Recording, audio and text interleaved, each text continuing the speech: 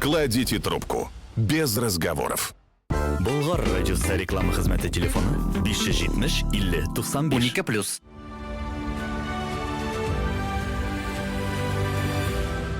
Замандаш.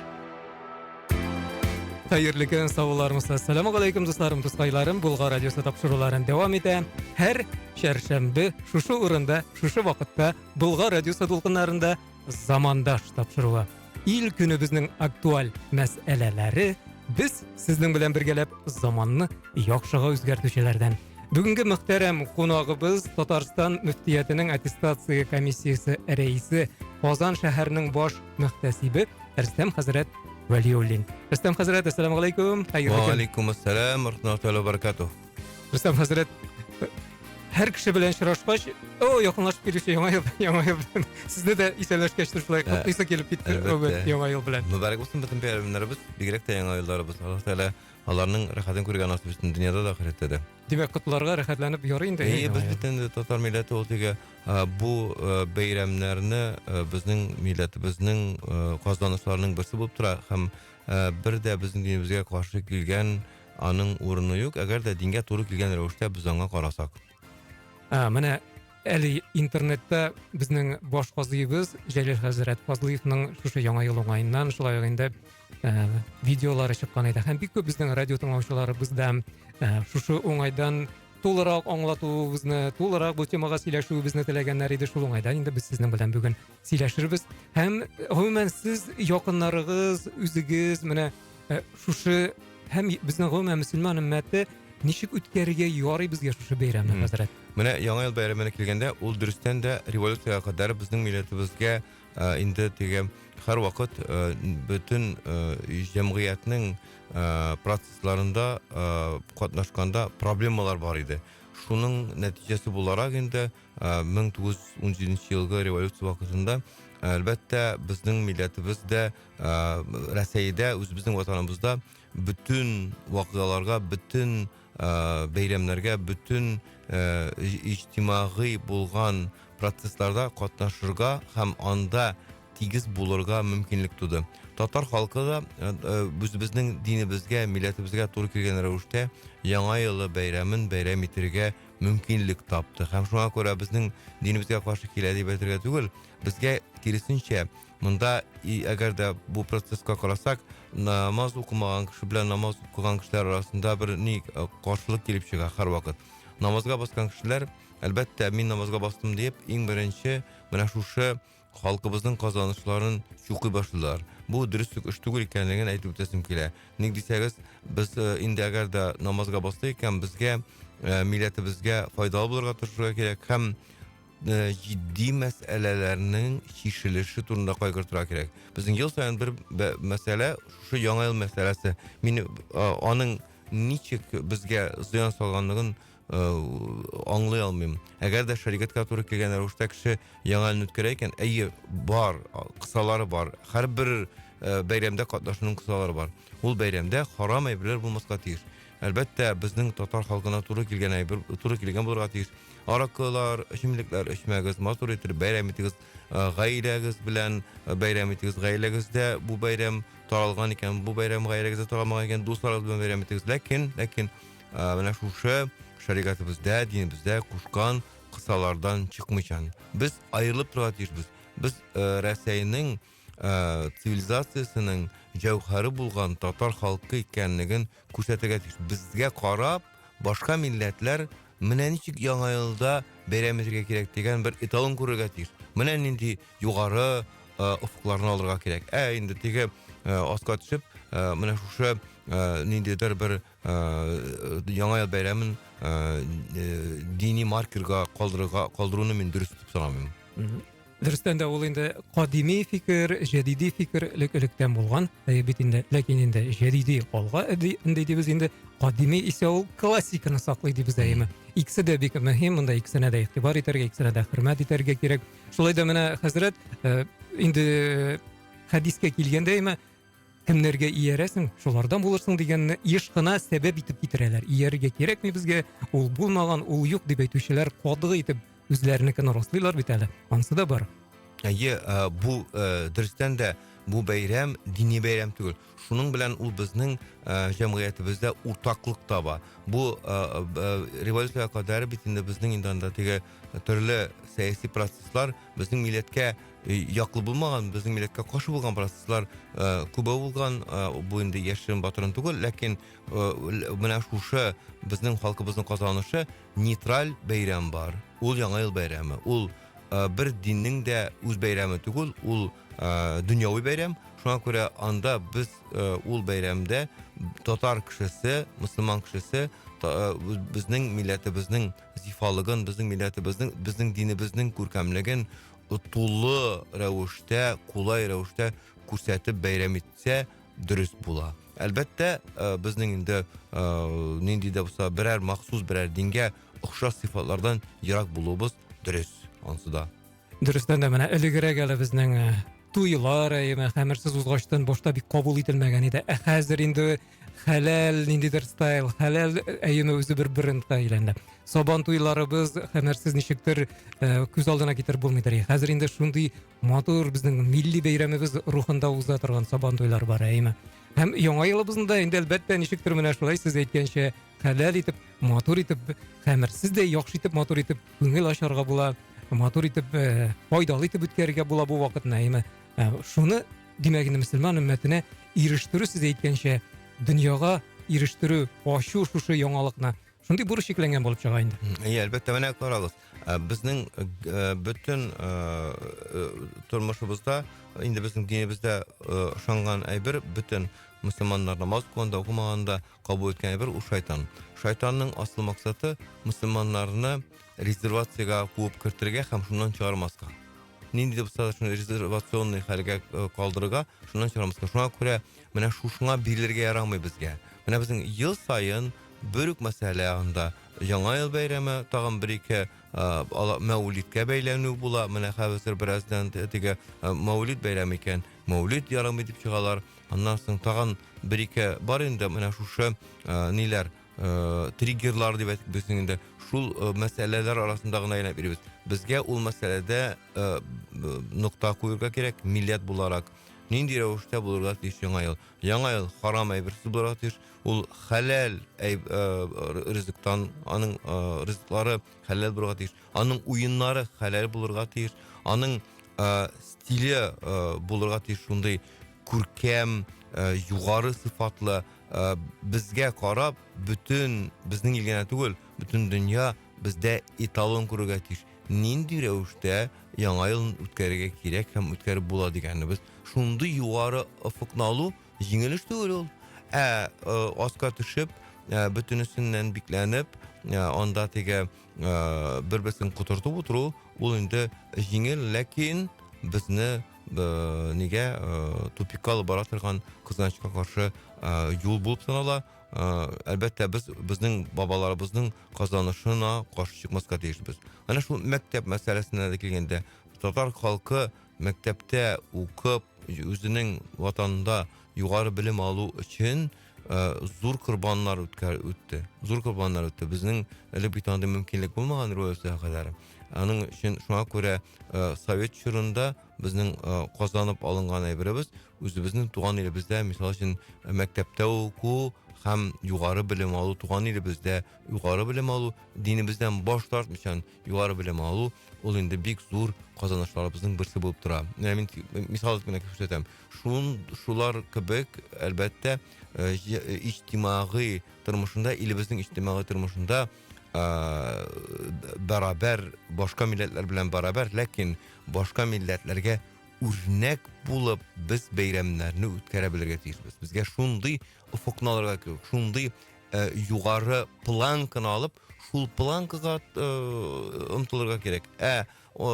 Теге бөтенесенә ярлыклар салып, үзебезнең ирдә бикләнеп куеп, тәрәзәләрне ишекләрне бикләп куеп, бөтен дөньядан качып утыруыбыздан безнең шайтан гына өстенлек ала, ул көлеп әйтә. Әнә мөселманнар нинди кыргылар, андый булмагыз ди. Без киресенчә, мөселман цивилизациясы нинди икәнлеген күрсәтеп, bütün үзебезнең илебездә дә һәм bütün дөньяда да үзебезнең урыныбызны алырга хокукыбыз бар, мәдәниятыбыз бар, мөмкинлегебез бар, көчебез, куәтебез бар. Безнең аның ул эшне алып барала торган учреждениялар һәм иҗтимагый институтларыбыз эшләп килә. Әйе. Хәзер сезне тыңлап утырдым да, менә тагын бер хәдис искә төште, ул да булса, дин ул җиңел, аны катлауландырмагыз дигән әйме. Безнең Пәйгамбәрбез Мөхәммәд саллаллаһу алейһи ва сәлләмнең шундый сүзләре, шундый хәдисе бар. Димәк, дөрестән дә монда инде катлауландырудан мәгънә юк. Менә шунда ул инде без шушы илдә, шушы җәмгыятьтә яшибез икән, шул җәмгыятьтән инде аерылып булмый. Һәм аны үзебезгә яраклаштырырга һәм шушы җәмгыятьне шулай үз яраклаштырырга инде динебезгә.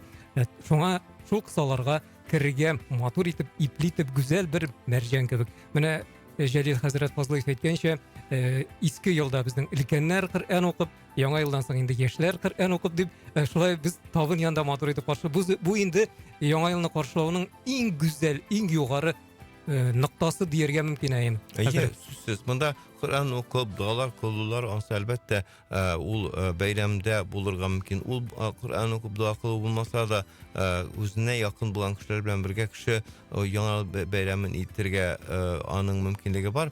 Һәм менә бу хәдисне сез искә алган хәдиснең бер моментын гына әйтеп үтәм. Пәйгамбәрбез ул хәдиснең әгәр дә без текстын тулысынча алып карасак, аның ахыры бар. Ул хәдиснең ахырында әйтә нәрсә дип тәмамлана. Беренче өлешен генә күбесе әйтәләр, ләкин тәмамлануын әйтмәләр. Диннең кысалары ул кешене җиңә ди. Ягъни кеше иртәме соңмы үзе сынып, үзе куйган планкаларны тута алмыйчан чыгып качуы турында сөйли Пәйгамбәрбез алейһиссәлам. Шуңа күрә Пәйгамбәрбез алейһиссәламның инде менә башка өммәтләр, Муса алейһиссәлам кавымнары, Гайса алейһиссәлам кавымнары үз вакытында үзләрен бик кырыс тотып, без диннең иң җәүһәрен тотабыз дип кырыс тотып сындылар һәм күп югалтуларга ирешкән булганнар үз вакытында. Безгә дә андый юлдан бармаска кирәк, киресенчә Пәйгамбәрбез калдырган юл буенча барырга кирәк. Ягъни Пәйгамбәрбез алейһиссалату вассалам Мәккәдә яшәгән чорында да, Мәдинәдә яшәгән чорында да иҗтимагый процесслардан калмаган, киресенчә ул иҗтимагый процессларга үзенең уңай, күркәм тәэсирен ясап яшәгән, безгә дә шул юлны күрсәтеп калдырган. Замандаш. Тапшыруыбызды дәвам итәбез, дуслар. Турыдан-тур эфирдә безнең һәр шәршәмбе Булгар радиосында без заманны яхшыга үзгәртүчеләрдән бүгенге мөхтәрәм кунагыбызны исегезгә төшерәм. Кемнәр безнең дулкыннарга кушылды, яңа гына бик актуаль темага сөйләшәбез, дуслар. Мөселман өммәтенең гомумән шушы яңа елдагы халәте һәм бүгенге безнең тапшыруыбызның мөхтәрәм кунагы Казан шәһәренең баш мөхтәсибе Рөстәм хәзрәт Вәлиуллин. Рөстәм хәзрәт, менә сез әйттегез, хәдиснең дәвамы бар дип. Дөрестән дә бөтен нәрсәне без ничектер динебездә үзебезгә кирәклесенрәк кенә күбрәк алабыз әйме. Ул бит әле менә әлбәттә бу башка тема инде, ләкин өйләнү мәсьәләсендә дә бит мөселман кешесе 4 хатын аларга рөхсәт ярый, ләкин аның дәвамы бар. Ләкин берсе белән яшәү хәерлерәк дигәнен ансын бик искә алмыйлар әйме. Бу bunсын инде без икенче темада сезнең белән сөйләшербез. Шулай да комментарий берип китсәгез иде менә. Монда инде бик катлаулы тема сез күтәрдегез. Әлбәттә бу безнең хәзерге бүгенге форматта сөйләшәсе булса сөйләшә алабыз бу темага. Ләкин бу катлаулы тема икәнлеген әйтәсем килә. Безнең илебездәге хакыйкый сәясәт бар теге телевидениедәге булган сәясәт һәм хакыйкый сәясәт. Безнең илебездәге хакыйкый сәясәт радиодагысы нинди сәясәткә керә хәзер? Хакыйкый сәясәткә килгәндә ул нитеге бик катлаулы дип әйтеп торам бит тематика булып санала. Һәм бу темага бер төрлегенә җавап биреп булмый. Безнең илебезнең халкының санына килгәндә, әлбәттә монда инде ниндидер һәм кешенең мал мөлкәтенә килгәндә бер гаилә корырга да бик зур йөкләмә булып тора. Шуңа күрә киләчәктә киресенчә әле бу гаилә институты зур трансформация үтәргә тиеш дип мин фаразлыйм. 891-78-555-915 біздің WhatsApp номері достар, тапшыру біз енді ақырына. До якынлаша вақыт бик тез уза, сұрауыңыз, фикіріңіз болса Максқа, WhatsAppқа яза аласыз. Енді башқа хадисләрне китерсәк, менә шушы яңа ел форматына туры килә торганнар арасында ул инде бараларыгызда сәлам таратыгыз аймы, бүләкләр биришегез, елмаю, яхшы сүз дә шулай ук садака. Булар барсы да шушы безнең форматка туры килә торган матур безнең әлеге хадис пәйгамбәрбез Мөхәммәд саллаллаһу алейһи ва саллям сүзләре булып чыга, шулаймы? Әлбәттә, Пәйгамбәр саллаллаһу алейһи ва саллям калдырган бу фундаменталь хакыйкатьләр инде алар безнең тормышта, ләкин без аларны үтәмибез. Менә кызганычка кешеләр арасында сәлам таратуга килгәндә, сәлам таратылу югалып бара. Пәйгамбәрбез киресенчә бер куркыныч хадис әйткән, кыямәт көне турып басмас дигән, бер-берсен белгән кешегә генә сәлам бирү таралмыйчан. Менә без мөмкин битендә белмәгән һәрбер кешегә сәлам биреп йөрмибез. Ул битендәге аңа сәйер карый бит, менә урам буенча барганда һәрбер күргән, бер урамда күренгән кешегә сәлам бирә башласаң, бу җүләрләнде ахыры диләр инде. Авылда әйбәт кабул ителә ул хәзер. Авылда да 5-6 кеше булган күрә бер-берсен беләләр, ә монда теге бер-берсен анда пәйгамбәрбез куя шартлар рәвештә куя, ана шушы белмәгән кешегә сәлам бирү мөселманнарда пәйгамбәрбез көннәрендә таралган булган. Шул бетә дия. Белмәгән кешегә сәлам бирү. Белгән кешегә сәлам бирү ул нормаль хәл булып санала, ләкин белмәгән кешегә сәлам бирү. Менә хәзерге көндә белмәгән кешегә сәлам бирү юкка чыкты бит инде. Без абсолют рәвештә белмәгән кешегә сәлам бирмибез. Киресенчә сәлам бирсәң дә әле менә синең башка дин вәкиленә юлугу ихтималы зур. Бер вакыт шундый хәл булды минем. Мин инде теге сакаллы кешеләрне күрдем дә, аңа сәлам, мөселманча сәлам алейкум дип сәлам бирдем. Ул миңа җавап кайтарганды, ул аңлады, мин ялгышып аңа сәлам бергәнемне, мин дә мөселман түгел дип әйтте. Ул үз турында мин дә гафу итендем, гафу итегез, мин белмәдем дидем. Хәзер бөтен кешенең мөселман икәнен каян беләсең инде? Сәлам бит инде ул, сәлам ул гомум сәлам бит инде ул. Ул аны әлбәттә ул мин сине аңлыйм ди, мин мөселманга шаган дип әйтте. Аның сакаллы фәлән булуы сәбәпле инде. Аннан соң инде икенче вакытта киресенчә булды. Мин кергәнем дә башка урында. Шулай ук утыралар кешеләр, мин сәлам биреп тормадым. Алар үзләре мөселман булып чыктылар. Ләкин мөселманнарга шамаганнар иде. Аннар үзләре сәлам бергәч кенә ва алейкум сәлам дип мин сәлам кайтардым. Ну мин түбәтәдә булган күрә, мин инде мөселманлыгым күренеп тора иде. Шуңа күрә үзегезнең мөселман булганыгызны яшермәгез беренчедән, һәм мөселманлыгыгызны ассызыклап торган берәр сыйфат ир кешедә шулай ук булырга тиеш дип саныйм мин. Радио тыңлаучыбызның сорауы бар, хәзрәт, кыш бабайга хат язарга ярый микән дип кызыксына безнең радио тыңлаучыбыз бу бит инде. Әлбәттә, кыш бабайга хат язуга килгәндә, ул теге кеше аны Аллаһ Тәала урынына миңа кыш бабай ярдәм итә дип аңламый бит инде. Андый рәвештә хәтта сабый балалар да аңламый. Әлбәттә, ул образ бар. Менә шушы кыш, салкын кышның бер теге олы яшьтәге бер кеше кыяфәтендә күзаллау бар, һәм шул образны күзаллап әлбәттә кешеләр яза инде, ләкин анда без инде аңларга тиешбез.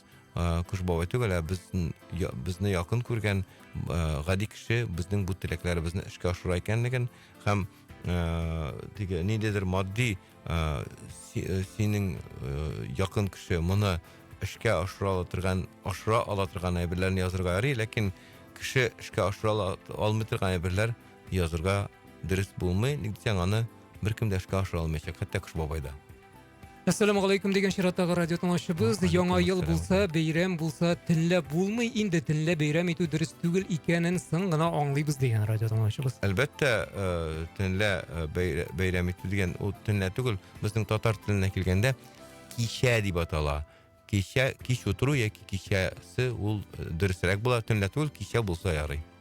Хәзрәт, шундый төпле һәм кыска оста итеп җавап биргәнегез өчен, җавапларыгыз өчен, фикерләрегез өчен Аллаһ Тәгалә рәхмәте яусын. Инде милади елы буенча быелгы ел ахырына якынлаша, киләсе милади елында да исәнлектә, саулыкта, изге теләкләр белән сәламнәр таратып күрешүләр насыйп булсын дигән теләктә сезгә олы рәхмәтләребезне әйтеп саубуллашабыз. Яри, ассаламу алейкум. Алейкум ассалам, рахматуллахи баракатуху. Бүгінгі мөхтәрәм қонағыбыз Татарстан мөфтиятының аттестация комиссиясы рәисе, Казан шәһәренең баш мөхтәсибе Рөстәм хәзрәт Вәлиуллин булды. Замандаш.